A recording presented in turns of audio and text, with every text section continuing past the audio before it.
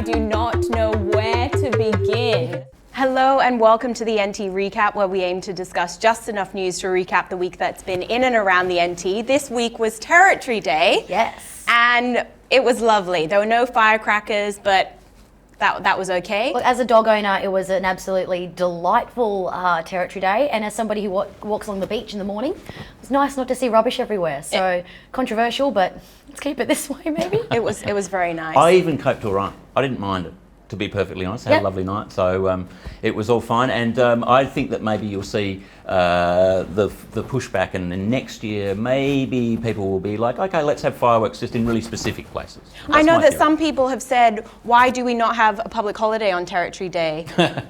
I think the payoff is if you don't put on fireworks, you better give us a public holiday. I like that. I don't think businesses will be over the moon about getting another public holiday on the I think year. that's a really good one. But this week we have a jam-packed show. Firstly, I mean, we have to say off the bat, there is now a coronavirus case that's made it to the NT.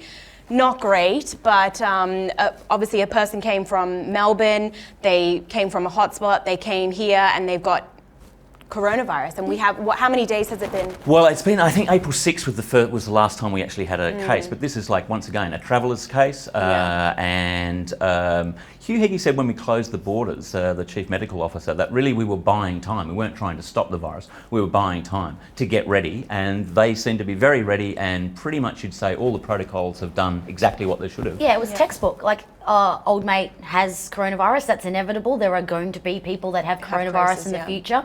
There will be cases in the Northern Territory. It'd be silly to think that that's not going to happen. But this guy's come in, gone into self-isolation, been tested, found to have it, done all the right things.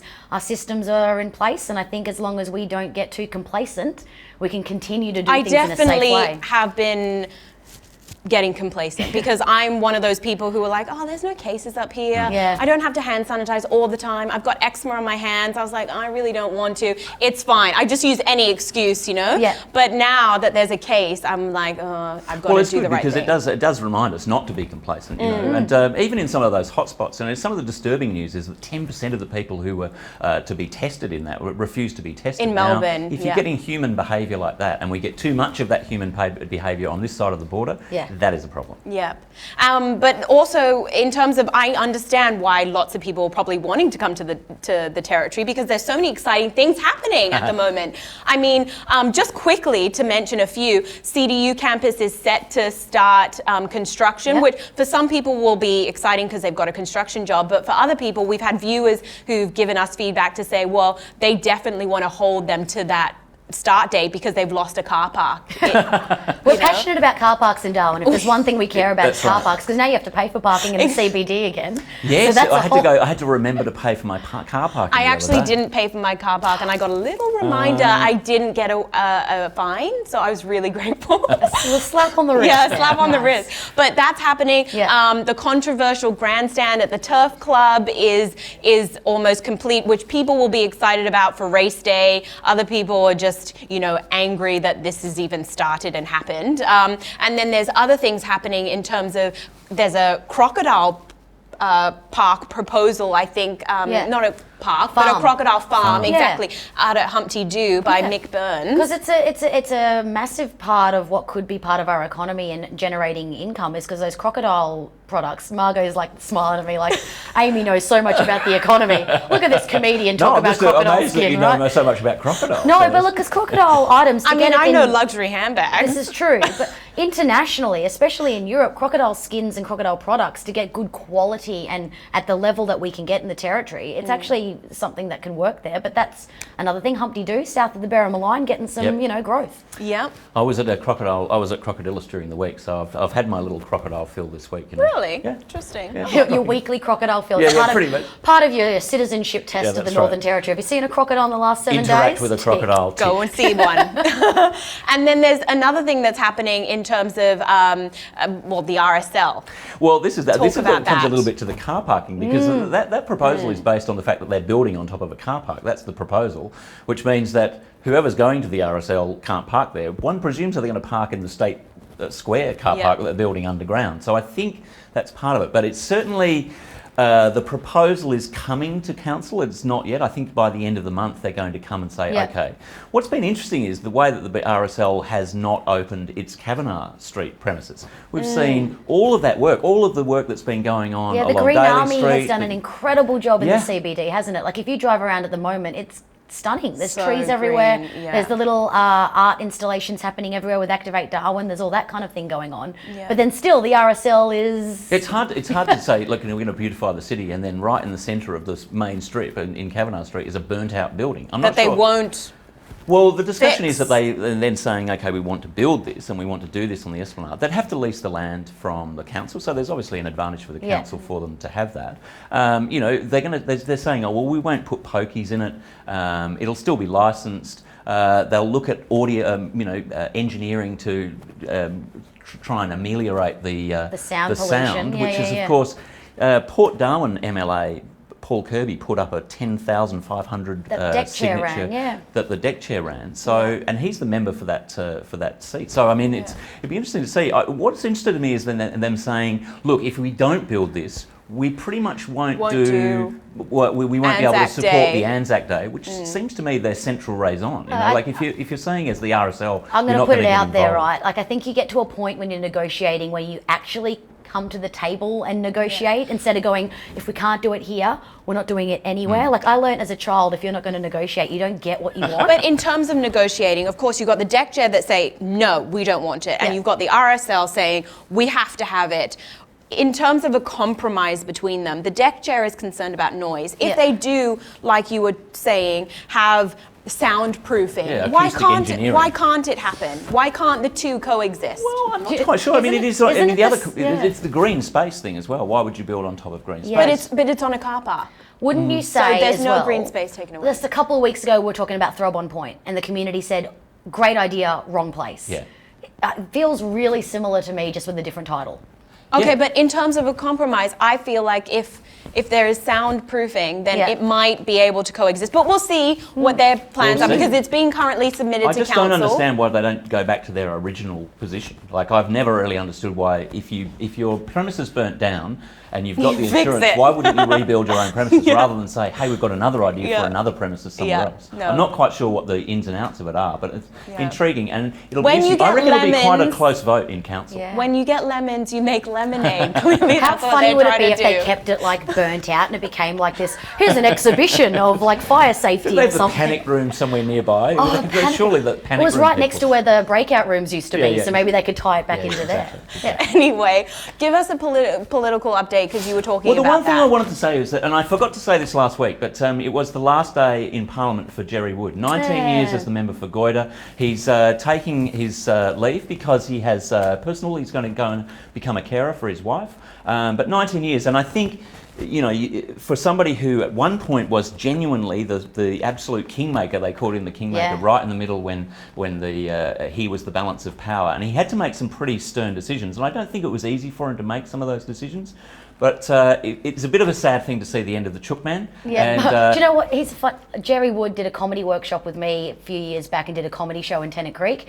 Was funny, but also very enthusiastic. Yeah, that's all you need in comedy. He would go to the Fred's Pass show. There would be Jerry Wood taking photographs for his own newsletter. So he genuinely served the people of Goyder, and that is reflected in 19 years' service. He was the longest sitting member in Parliament. And farewell, Jerry. And talking about Goyder, Territory Alliance have announced a new candidate in Goyder to run against Kezia. Which you mentioned last week, and you said, I bet wonder. They will. Yeah. Rachel Wright is her name. I think Human Resources is her background. Long-term resident, multi-generational Territorian. So Territory Alliance, once again, will be in the run in Goyder. Watch this space. Yeah, watch this space. Well, we're all waiting for August 22 to see what this space actually tells us. I think we'll be hearing a lot about it before August 22, to be honest. Yeah. In terms of political progress, I must say, I'm quite proud when I read in the newspaper this week that domestic violence, they've taken a step forward with it in terms of, I don't know if you know, but if you were previously a sexual assault victim, you could not go to the media and give your name without a court order. And I think that is ludicrous. I think that's crazy. Well, let's make it clear though that this new legislation only allows you, still essentially is still the same. I mean, can still be a victim and still not be able to speak, and because the appeals process, you've got to wait for the appeals process. Yeah. The appeals process could go for 10 take a years, long 12 time. years, you know. Yeah. So I don't know that it's that much of a step forward. I mean, it is a mark, but I don't know that for victims it's that much better. But the other thing that they did was make it non-violent strangulation a crime. So if you choke your partner or strangle them but don't cause death or GBH, crazy that it wasn't a crime before, but it will be a crime of up to 5 years. And that is a little bit of a step forward in terms of tackling domestic violence. And we had a lot of domestic violence cases around coronavirus time. So I think that that's a positive thing, but we've got a long way to go with that. But in terms of what's happening in Darwin, on a lighter, happier note, because that was a little bit down. I mean, that segue was flawless. But like, if we look at what's going on in Darwin at the moment, in the Northern Territory at the moment, what I would be saying is, hey, tourism vouchers, but I know. like $26,200 vouchers given out within 9 hours of it operating. And you guys were saying to me last week, Margo, you got to get onto it. I'm like, well, you know, I'll have time. I'm a slowpoke, and like, no, it's all gone. Absolutely. I had a friend who said to me, do it at midnight, Sophia. Wait up. And I was like, whatever, I'm not going to do that. And then I luckily did it at 7 a.m. because I woke up early. And then I realized they were all gone by 9. Yeah. So all of those vouchers are gone. But look, my theory is, right, there'll be some people that might have tried to push the system a bit with a number of different emails, and when they go in with their IDs to collect it, we might find that some of those vouchers are still available. Yeah, so you can go on the wait list. 26,000 times, Amy. You think I have that many email addresses? Stop it. They're all fans of mine as well, right? But the other thing when we're talking about vouchers is that the City of Darwin's come on board again to add another couple of weeks for their My Darwin vouchers, another $150,000 back into the economy. Everyone I've spoken to in the CBD, or the shop owners, or the food retailers, or the bars, benefited from that last time, and they're very excited. And they're to coming bring it back in with that, which I think is really, really smart. Did you get to buy anything amazing with I it? did. One thing. I bought one thing too, not very much. Okay, I feel like I did a lot better than both of you, but that might be something to do with my shopping patterns. It's fine. And then in other things that are going on, you know, like we've got this talk about having some AFL games up here. Yes, because Victoria you would be can't do it. very excited. I would be very excited, and but it is totally in the hands of the AFL. Yeah. And once again, it is that thing of like, the expectation is that don't expect anything, because everything was set, everybody knew where the AFL was playing. We got the outbreaks in Melbourne. Queensland then say you can't come here, so that throws the whole schedule out.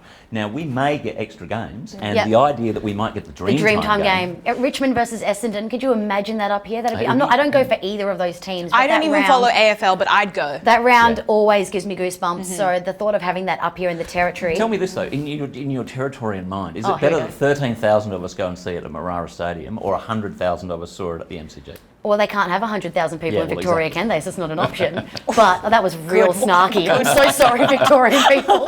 But 13,000 people in a place where the population is highly, like we've got highest numbers of Indigenous population here. Yeah. To have a Dreamtime round up in the Northern Territory, for me, would just be a dream. Like, and then another thing that's happening in terms of 4,500 people can go to the Supercars. I'm so excited. It's going to be an amazing weekend. It's in August, right? Yeah, August the 8th and 9th. And it's great because it's going to be one of the first of the major events coming back.